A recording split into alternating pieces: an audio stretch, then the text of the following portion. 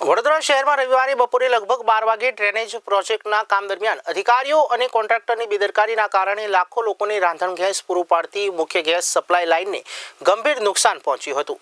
આના કારણે શહેરના લાખો ગ્રાહકોના ઘરોમાં અને 56 સીએનજી સ્ટેશનોમાં ગેસ સપ્લાય બંધ થઈ ગયો હતો।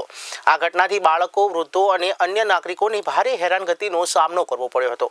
જોકે આ ઉપરાંત ગેસ પાઇપલાઇનને નુકસાન થવાથી મોટી દુર્ઘટનામાં જોખમ ઊભું થયું હતું। જોકે વડોદરા મ્યુનિસિપલ કોર્પોરેશન કાઉન્સિલર અને કોંગ્રેસ નેતા અમીર રાવતે આ ઘટના અંગે તીવ્ર વિરોધ વ્યક્ત કર્યો છે। તેમણે જણાવ્યું છે કે સ્માર્ટ સિટી વડોદરામાં કમાન્ડ સેન્ટર, EMRS અને GIS નકશા માટે કરોડો રૂપિયા ખર્ચવામાં આવ્યા છે, તો પણ ગેસ અને ગટર લાઇનના બેઝિક નકશા કેમ નથી?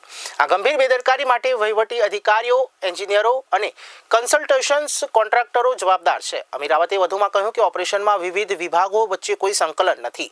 ભ્રષ્ટાચારના કારણે વિવિધ કામોમાં ટ્રાયલ પીટ લેવાની પ્રક્રિયાની અવગણના કરવામાં આવે છે। તેમણે ઉદાહરણ આપતા જણાવ્યું કે ખોડિયારનગરથી પાંજરાપોળની લાઇનમાં ટ્રાયલ પીટ ન લેવાતા હવે એલાઇનમેન્ટ શિફ્ટ કરવું પડશે, જેનાથી રૂપિયા 4 થી 5 કરોડના ખર્ચે બનેલો રોડ બરબાદ થશે। નાગરિકોને વધુ આર્થિક અને હેરાનગતિનું નુકસાન થશે। ત્યારે બ્રિજના ટેન્ડર્સમાં પણ આવી જ ભ્રષ્ટ પેટર્નનો ઉલ્લેખ કર્યો હતો અને ગેંડા સર્કલના બ્રિજનું ઉદાહરણ આપ્યું હતું।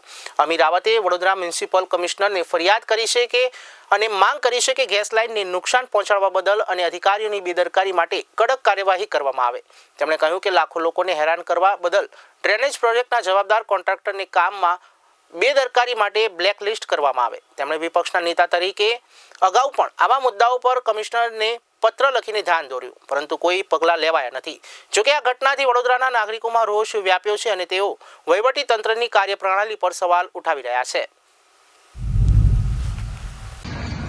વડોદરા શહેરમાં લગભગ 3 lakh families, CNG station, hotels, restaurant કાલે ગેસના સપ્લાય વગર હેરાન થયા છે। કારણ ડ્રેનેજ લાઇનના કામ કરતી વખતે ગેસ લાઇનમાં પંચર થયું, મેઇન મુખ્ય નળિકા જે વડોદરા શહેરમાં ગેસ સપ્લાય કરે તેમાં।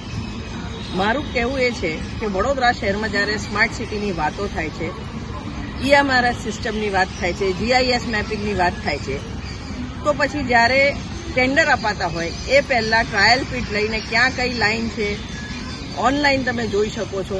તેમ છતાં વારંવાર ઇજારદારોને ફાયદો કરાવવા, ભ્રષ્ટાચાર આદરવા, કોર્પોરેશનના ભ્રષ્ટ અધિકારી અને કન્સલ્ટન્ટ ટ્રાયલ પીટ લીધા વગર, આ બધો અભ્યાસ કર્યા વગર, સંકલન વગર ટેન્ડર આપે છે, જેના લીધે તમે જોશો ખોડિયારનગરથી લઈ અને પાંજરાપોળ સુધીની જે લાઇન હતી એમાં 4.5 કિલોમીટરનો જે રોડ છે ત્યાં ડ્રેનેજ લાઇનનું એલાઇનમેન્ટ શિફ્ટ કરવું પડ્યું। એ જ રીતના કાલે આ ગેસની લાઇન તૂટી। આ ભ્રષ્ટાચાર આદરવાના ખેલમાં જે નાગરિકો હેરાન થાય છે તેની સામે અમે ડિમાન્ડ કરીએ છીએ કે હવે પછી કોઈ બી ટેન્ડર ટ્રાયલ પીટ લીધા વગર અપાય નહીં અને જે અધિકારીઓએ આ ભ્રષ્ટાચાર આદરવા માટે અને સંકલનના અભાવથી જે નાગરિકોને હેરાન કર્યા છે તે અધિકારી અને કોન્ટ્રાક્ટર સામે કાર્યવાહી થાય ને તેને બ્લેકલિસ્ટ કરવામાં આવે।